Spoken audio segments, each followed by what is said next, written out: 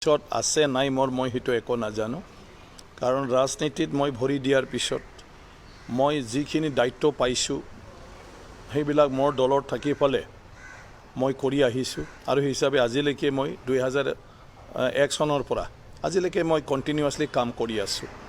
আজি এটা কিছুমান মানে কাৰণবশতঃ মই BPF দল ত্যাগ কৰি পেলাই BJP দলত যোগদান কৰিছোঁ। BJP দলে মোক কিছুমান দায়িত্ব আজি প্ৰদান কৰিছে আৰু যেনেকৈ দায়িত্ব প্ৰদান কৰিছে মই আজি কাম কৰি আছোঁ।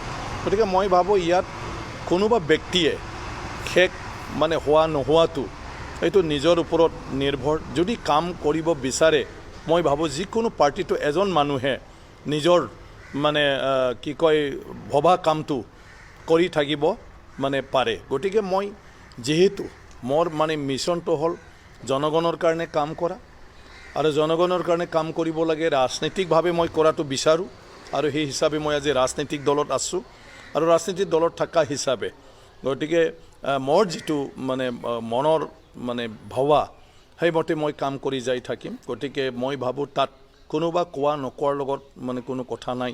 যেতিয়ালৈকে মই ভাবিম তেতিয়ালৈকে মই মানে ৰাজনৈতিক দলত মই ভাবোঁ মই এনেকুৱাকৈ মানে জীৱিত হৈ পেলাই কাম কৰি যাই থাকিব।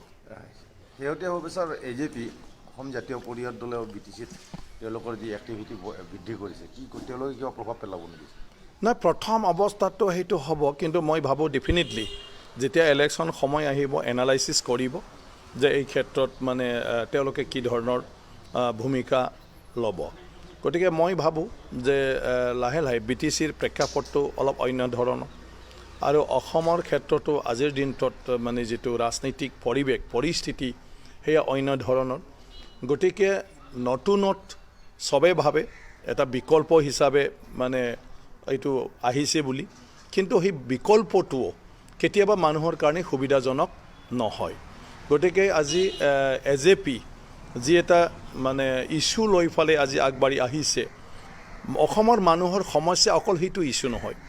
অসমৰ মানুহৰ সমস্যা বিভিন্ন ধৰণৰ মানে আছে, যিটো ব্যক্তিগত জীৱনৰ জীয়াই থকাৰ সমস্যাৰ পৰা আৰম্ভ কৰি গাঁও সমাজৰ উন্নয়নৰ কথা আছে, শিক্ষা দীক্ষা অৰ্থনৈতিক মানে অৱস্থাৰ পৰা আৰম্ভ কৰি আমাৰ বিভিন্ন মানে ইয়াত অন্য ৰাজ্য বা অন্য দেশৰ লগত মানে অসমখনক একে চাৰিত লৈ যোৱাৰ কাৰণে কিছুমান আমাৰ কৰণীয় আছে।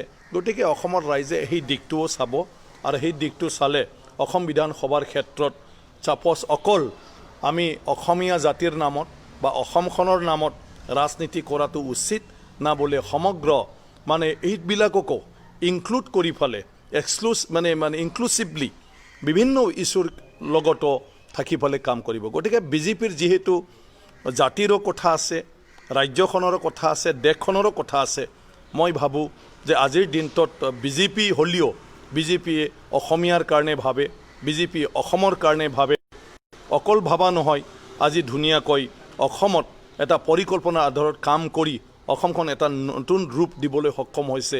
গতিকে এই ক্ষেত্ৰত নিশ্চয় ৰাইজে মানে ভালদৰে বিচাৰ বিবেচনা কৰিব আৰু সেইটো মোৰ হিচাপত তেতিয়া আকৌ BJPৰ পক্ষতে ৰাইজে ঘূৰি ঘূৰি আহি যাব। আমি বিচাৰিছোঁ এইবাৰ মানে BTC অঞ্চলৰ বিভিন্ন চিটত BJPও মানে প্ৰাৰ্থিত্ব প্ৰদান কৰিব আৰু এই ক্ষেত্ৰত যিহেতু UPPLৰ লগত আমাৰ তাত এলায়েন্স আছে, গতিকে UPPLৰ লগতো মানে আমাৰ BJPয়ে কথা বাৰ্তা চলিব যাহাতে মানে BTC অঞ্চলৰ গোটেইখিনি চিট BJP আৰু UPPLে পায়, তাৰ কাৰণে আমি কিছু মানে ব্যৱস্থা ল'ম আৰু মই ভাবোঁ এই ক্ষেত্ৰত নিশ্চয় সফলতা আমি অৰ্জন কৰিম। নাই, ডেফিনেটলি অলৰেডি আমাৰ বুজাবুজি হৈ গ'ল, যিহেতু কাউন্সিলত এলায়েন্সটো আহি গ'ল। তো কাউন্সিলত এলায়েন্সটো অহাৰ পিছত আমি বিধানসভাৰ নিৰ্বাচনৰ ক্ষেত্ৰত যাহাতে মানে BTCৰ গোটেই চিট আমি জিকি আহিব পাৰোঁ আৰু আমাৰ সহযোগী UPPL জিকি আহিব পাৰে, তো সেইটো লৈ মানে আমি নিশ্চয়কৈ এটা জইণ্টলি পলিচি ল'ম।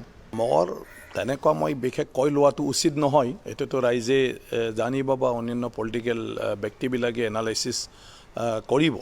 কিন্তু এতিয়া ৰাইজে যিহেতু এটা BTC এৰিয়াত পৰিৱৰ্তন বিচাৰিছিল, যে যোৱা 15 বছৰত যিখিনি কাম কাজ চলি আছিলে মানে সেইটোৰ ওপৰতো ছেটিছফাইড, লেকিন নতুন কিবা এটা হোৱাটো বিচাৰিছিলে। গতিকে সেইটোৰ কাৰণে BPF দলত যিহেতু নতুনত্ব একো নাই, কোনো পৰিকল্পনা নাই, বা সেইটোৰ কাৰণে ৰাইজে মানে তেওঁলোকৰ যিটো কিবা তাত ভোট দিয়া সেইটো সলনি কৰি লৈছিলে। আৰু BJPয়ে এইবাৰ 9খন আসন পোৱাৰ মূলতে আছে যে BTC অঞ্চলৰ ৰাইজৰ যিখিনি সমস্যা আছে আৰু যিবিলাক অভাৱ অভিযোগ আছে, সেই অভাৱ অভিযোগবিলাক পূৰণ কৰি দিয়াৰ এটা আপোনাৰ প্ৰতিশ্ৰুতি আছিলে। যেনেকৈ আপোনাৰ বিশেষ কৰি অনাবৰো মানুহখিনিৰ যিটো সংখ্যা আৰু তেওঁলোকৰ যিটো এটা BTCৰ ওপৰত বিশ্বাস হেৰুৱাই যোৱা, যে আমাৰ সেই BTCখনত কোনো ভৱিষ্যত নাই, BTC কোনো মানে অধিকাৰ আমি পাব নোৱাৰোঁ, মাটি বাৰীৰ পৰা আৰম্ভ কৰি বিভিন্ন ক্ষেত্ৰত মানে BTCত মানে অনাবৰো মানুহখিনিৰ কেতিয়াও যি সমস্যা আজি হৈ আছে, যে ট্ৰেন্সফাৰ নোহোৱা, ম্যাদী নোহোৱা, ৰেজিষ্ট্ৰেশ্যন নোহোৱা, মানে সেইবিলাক চলি থাকিব।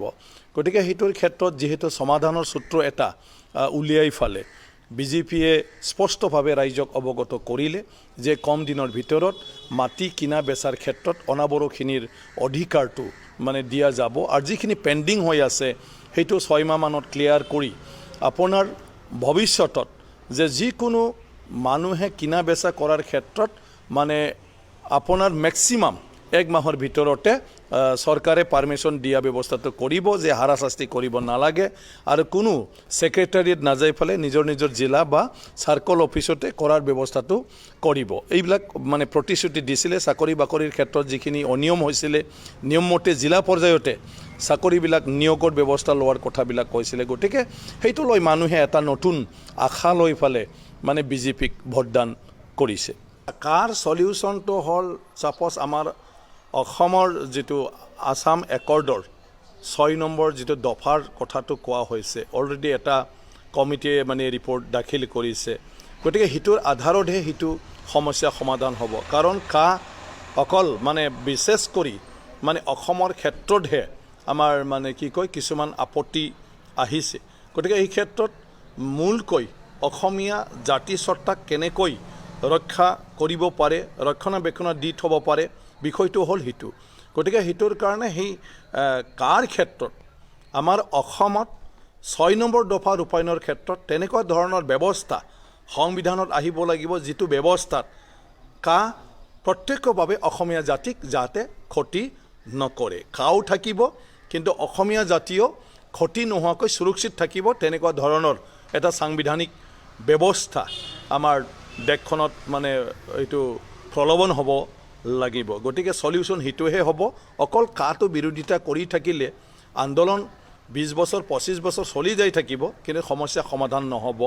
আৰু সমস্যা সমাধান হ'ব লাগিলে আমি যি ধৰণেৰে নহওক কেলৈ অসমীয়া জাতি নিজৰ পৰিচয়, কলা, সংস্কৃতি, ভাষা সেই গোটেইবিলাকক লৈ ফালে এই অসমখনত থাকিব লাগিব। অসমখন অসমীয়াৰ হিচাপে এইটো আমি মানে ভৱিষ্যতত মানে ৰক্ষা কৰি লৈ যাব লাগিব, আৰু ইয়াৰ এটা ব্যৱস্থা থাকিব লাগিব। সেইটো কাৰ লগত কোনো সম্পৰ্ক নাই। বিভিন্ন ক্ষেত্ৰত ইয়াৰ ডাইৰেক্ট যদি কিবা এফেক্ট হ'ব, তেতিয়া কাটোৰ মতেও চলক, কিন্তু অসমীয়াই বিচৰা মতেও চলক।